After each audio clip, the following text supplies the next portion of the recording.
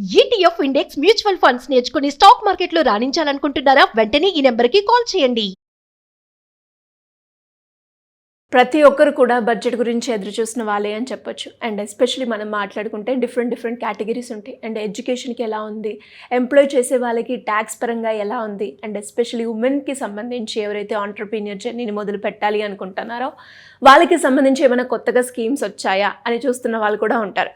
So Lakhpati Didi scheme ఏదైతే ఉందో ఇది మహిళలకి ఎవరైతే ఇండివిజువల్గా నా సొంతంగా ఫైనాన్షియల్గా నేను స్టేబుల్గా ఉండాలి అనుకునే వాళ్ళు చిన్న వ్యాపారాలు చేస్తూ ఉంటారు. అలాంటి వాళ్ళకి లోన్ ఇస్తూ ఇంట్రెస్ట్ లేకుండా అని అనౌన్స్ చేయడం జరిగింది. ఇంతకీ ఈ స్కీమ్ ఏంటి, ఇది ఏ రకంగా ఉపయోగపడుతుంది అంటారు, దీంట్లో ఎవరెవరికి ఎలిజిబిలిటీ ఉండే అవకాశం ఉందంటారు సార్? మహిళల్లో ఆర్థిక భద్రత, అదేవిధంగా ఆర్థిక స్వావలంబన ఈ రెండూ తీసుకొని రావడానికి కేంద్ర ప్రభుత్వం ప్రవేశపెట్టినటువంటి అత్యున్నతమైనటువంటి పథకం దీదీ యోజన స్కీమ్. అంటే ప్రతి ఒక్కరిని కూడా లక్పతిగా తయారు చేయాలనే ఉద్దేశంతో ఈ యొక్క లక్పతి దీదీ యోజన అనేటువంటి పథకాన్ని ప్రవేశపెట్టడం జరిగింది.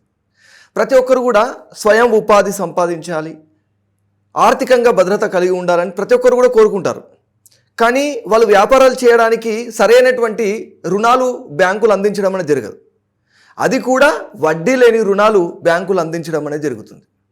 ఈరోజు మగవాళ్ళు సంపాదించేటువంటి సంపాదన ఇంటికి చేరుతుందో లేదో తెలియదు, కానీ మహిళలు సంపాదించే సంపాదన ఖచ్చితంగా ఇంటికి అదేవిధంగా వారి యొక్క పిల్లలకు ఉపయోగపడి తీరుతుంది అనేటువంటి ఉద్దేశంతో వారికి స్వయం ఉపాధి అవకాశాలు, ఆ స్వయం ఉపాధి ఏర్పాటు చేసుకోవడానికి అవసరమైనటువంటి రుణాలు, ఆ రుణాలు కూడా వడ్డీ లేనటువంటి రుణాలని సుమారు 5 లక్షల వరకు కూడా అందించడానికి ఈరోజు ప్రభుత్వం ఒక చక్కని స్కీమ్ తీసుకొచ్చిందండి. దీని ద్వారా వాళ్ళు అంటే ఈ డబ్బులు తీసుకొని కేవలము ఆ డబ్బులను ఉపయోగించుకోవడం కాదు, అంటే వీళ్ళు తీసుకున్నటువంటి రుణాన్ని తిరిగి చెల్లించాలి, కానీ వడ్డీ ఉండదు.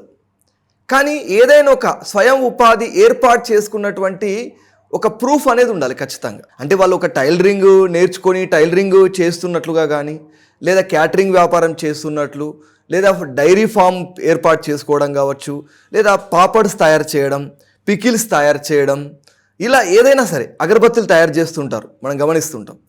ఏదైనా ఒక చిన్నపాటి పరిశ్రమ అంటే ముడి సరుకులు తీసుకొని వాటిని వస్తువుగా తయారు చేసి మార్కెట్లో అమ్మడం ద్వారా స్వయం ఉపాధి సంపాదించడం. ఇది ఎవరు? ఒక డ్వాక్రా మహిళలు 10 మంది కలిసి ఏర్పాటు చేసుకునేటువంటి ఎవరైనా డ్వాక్రా సంఘంలోని సభ్యురాలు ఈ యొక్క దీదీ యోజన అనేటువంటి పథకం ద్వారా సుమారు 5 లక్షలు పొందడానికి అవకాశం ఉంటుంది. ఎందుకంటే ఆ 10 మంది ఏర్పాటు చేయడం ద్వారా ఏ ఒక్కరు తప్పు జరిగినా కూడా మిగతా వాళ్ళందరూ కూడా బాధ్యులయ్యే అవకాశం ఉంటుంది అనే ఉద్దేశంతో ఇది ట్రాన్స్పరెన్సీగా జరగడానికి అవకాశం ఉంటుంది. ఈరోజు మహిళా సంఘాల ద్వారా తీసుకునేటువంటి రుణాలు 98% రికవర్ అవుతున్నాయి. కారణం ఏంటి అంటే అలాంటి రెస్పాన్సిబిలిటీ, అకౌంటబిలిటీ అనేది ఆ సభ్యుల మధ్య ఉంది కాబట్టి ఒకరికొకరు సహకరించుకుంటున్నారు, ఒకరికొకరు మోటివేట్ చేసుకుంటున్నారు. కాబట్టి ఈరోజు లోన్స్ ఎఫెక్టివ్గా యూటిలైజేషన్ జరుగుతుంది. అందుకని ప్రభుత్వం ఈ స్కీమ్ అనేది డ్వాక్రా మహిళల ద్వారా మాత్రమే ఉపయోగించుకోవడానికి అవకాశం కల్పించింది. ఈరోజు మనకు మహిళలు ఈ యొక్క పథకం ద్వారా స్వయం ఉపాధి సంపాదిస్తే వాళ్ళ లోపల ఆత్మవిశ్వాసం పెరుగుతుంది.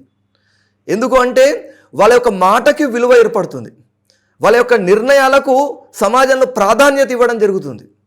కేవలం ఇంటికి మాత్రమే పరిమితమైనటువంటి మహిళ ఈరోజు వ్యాపార మహిళగా ఒక ఆర్థిక స్వావలంబన దిశగా ముందుకు వెళ్ళడానికి ఈ యొక్క పథకాన్ని ప్రభుత్వం డిజైన్ చేయడం జరిగింది.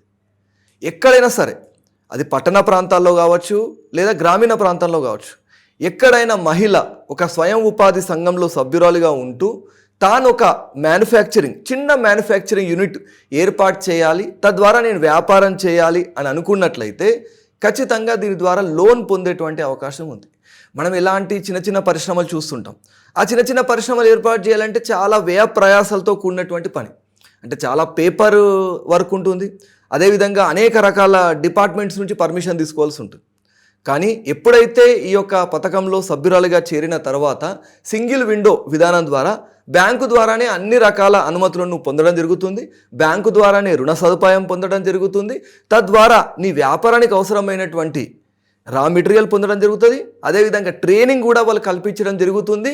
ఆ వస్తువులను ఏ విధంగా అమ్మాలి అనేటువంటి విషయంలో కూడా అనేక రకాల మార్కెటింగ్ స్ట్రాటజీస్, సహాయ సహకారాలను అందించడం జరుగుతుంది. ఎందుకంటే మనం చూస్తున్నాం డ్వాక్రా బజార్స్ ఉంటాయి.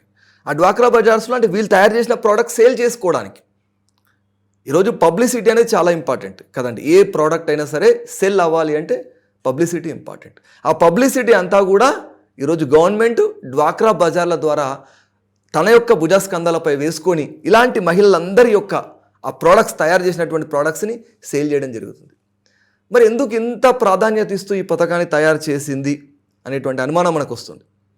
మొట్టమొదటి కారణం, ఎప్పుడైతే ఇలాంటి స్వయం ఉపాధి రంగాలకు ప్రభుత్వం ప్రాధాన్యత ఇవ్వడం జరుగుతుందో అప్పుడు నిరుద్యోగం అనేది తగ్గుతుంది, చిన్న చిన్న పరిశ్రమలు పెరగడం జరుగుతుంది. అదేవిధంగా ముఖ్యంగా మహిళల యొక్క ఆర్థిక భద్రత, ఆర్థిక స్వావలంబన పెరిగితే ఆటోమేటిక్గా కుటుంబాల యొక్క ఆర్థిక ప్రగతి అనేది మెరుగుపడుతుంది. కుటుంబాలలో ఉన్నటువంటి పిల్లలు, వాళ్ళ యొక్క అవసరాలు, వాళ్ళ యొక్క చదువులు, వాళ్ళ వైద్యపరమైనటువంటి ఖర్చులు వాళ్ళు చక్కగా పెరగడానికి, సరైనటువంటి జీవన నైపుణ్యాలు పొందడానికి, సరైనటువంటి కుటుంబ వాతావరణం ఉండటానికి, ఇవన్నిటిని కూడా ఒక మహిళ కేంద్ర బిందువుగా ఉండేటువంటి ఈ కుటుంబాలలో ఈ పథకం విజయవంతంగా అమలైతే ప్రతి కుటుంబం కూడా చక్కని అవసరాలు తీర్చుకొని జీవన నైపుణ్యాలు పెంచుకొని వాళ్ళ పిల్లలందరూ కూడా బాగుపడేటువంటి అవకాశం ఉంది, భవిష్యత్ తరం బాగుంటుంది అనేటువంటిది ప్రభుత్వం ముందున్నటువంటి ప్రధానమైనటువంటి ఉద్దేశం. ఇక ఇంకొక విషయం, ఇండైరెక్ట్గా ఇదంతా కూడా మనం ప్రత్యక్షంగా చూస్తున్నాం, పరోక్షంగా చాలా బెనిఫిట్ ఉంటుంది. పరోక్షంగా ఏం జరుగుతుంది, దేశం యొక్క జాతీయోత్పత్తి, జీడిపి అంటాం కదా, జాతీయోత్పత్తి అనేది పెరిగిపోతుంది. ఎప్పుడైతే గ్రామీణ ప్రాంతాల్లో కూడా చిన్న చిన్న పరిశ్రమల ద్వారా ప్రొడక్షన్ అనేది పెరుగుతూ ఉంటుందో పరోక్షంగా దేశానికి జాతీయోత్పత్తి పెరగడం అనేది జరుగుతూ ఉంటుంది. కాబట్టి నిరుద్యోగం తగ్గడము, గ్రామీణ ప్రాంతాల్లో ఆర్థిక శక్తి అనేది బలపడటము, అదేవిధంగా జాతీయోత్పత్తి పెరగడము, ఇవన్నీ రకాలుగా ఆలోచించి ప్రభుత్వం ఈ యొక్క చక్కని పథకాన్ని తీసుకురావడం జరిగింది. కాబట్టి మహిళలందరూ కూడా వడ్డీ లేనటువంటి రుణాన్ని తీసుకొని తద్వారా స్వయం ఉపాధి పొందుతూ చక్కని ఆర్థిక శక్తిగా, మహిళా శక్తిగా తయారవ్వాలనేదే ప్రభుత్వం యొక్క ఉద్దేశం. కాబట్టి దీన్ని యూటిలైజ్ చేసుకోండి, ఖచ్చితంగా మీ యొక్క ఆలోచనలకు ప్రతిరూపం ఇవ్వండి. ప్రభుత్వము, బ్యాంకులు ఈరోజు చక్కని సహాయ సహకారాలని అందించడం జరుగుతుంది. మీకు ఇలాంటి కేంద్ర ప్రభుత్వ, రాష్ట్ర ప్రభుత్వానికి సంబంధించిన పథకాలు ఏ విధంగా ఎన్రోల్మెంట్ చేసుకోవాలి, ఏ విధంగా వాటిని ఉపయోగించుకోవాలి అనే విషయానికి సంబంధించి మీకు ఏమైనా అనుమానాలు ఉన్నట్లయితే స్క్రీన్పై కనిపిస్తున్నటువంటి నంబర్ కాల్ చేసి మీరు నా యొక్క అపాయింట్మెంట్ తీసుకోవచ్చు. Thank you sir, thank you so much.